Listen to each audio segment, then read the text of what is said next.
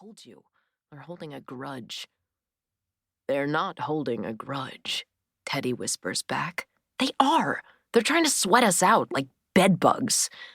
At his skeptical look, I add, you have to call down. They'll listen to you. They'll listen to you too, if you speak with authority. I want to roll my eyes, but that would be unprofessional, so I grit my teeth and flip to a new page of my legal pad. When Teddy told me he wanted me to take over as director of the Wieland Fund for Community Investment, I told him he was making a mistake. I can't even keep a houseplant alive without our gardener's help.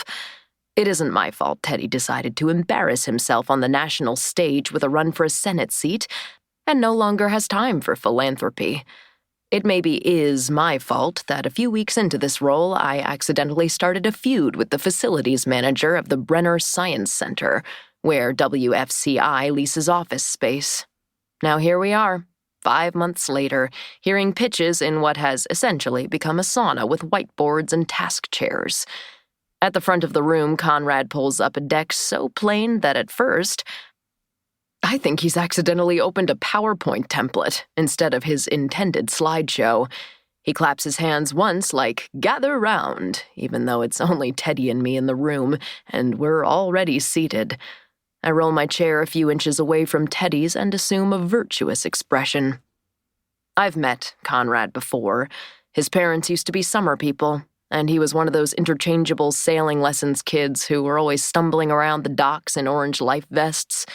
Most summer kids vanished from our lives as soon as they aged out of family vacations, but Conrad and Teddy eventually ended up in the same class at Harvard, even roomed together a couple years.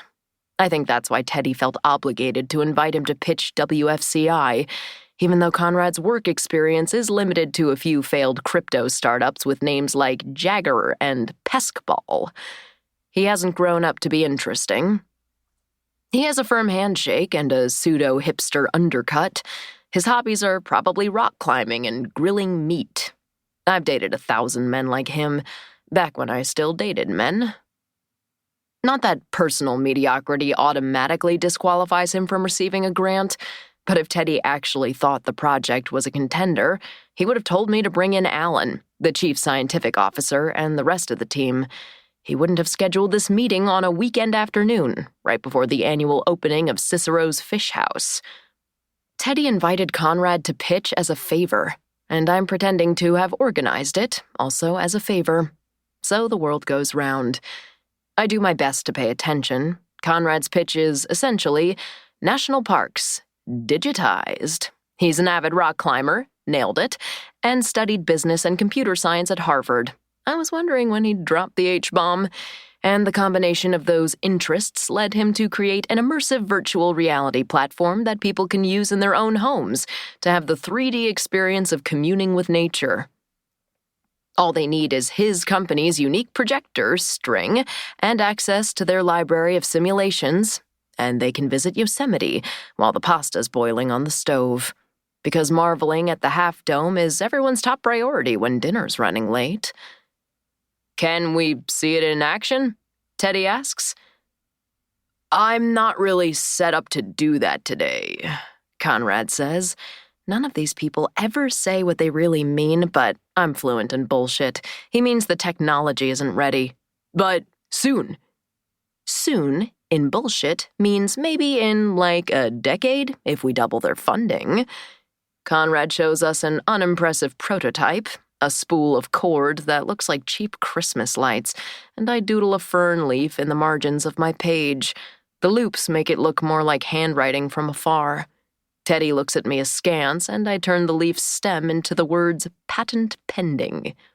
When the presentation finally limps to an end, and I shake Conrad's hand goodbye, his grip is looser, his shoulders tighter. Somehow he's sensed that it's a wash. It's a really neat project, I say, trying to soften the awkwardness. And it's nice to meet you. See you again. It's been a while. He returns the smile, slightly strained. He wants to get out of here as much as I do. Nice to see you too. As Teddy walks him to the elevator, I collapse back into the nearest chair. It's hot as fuck. I peel my shirt away from where it's stuck to my front and try to use it to fan.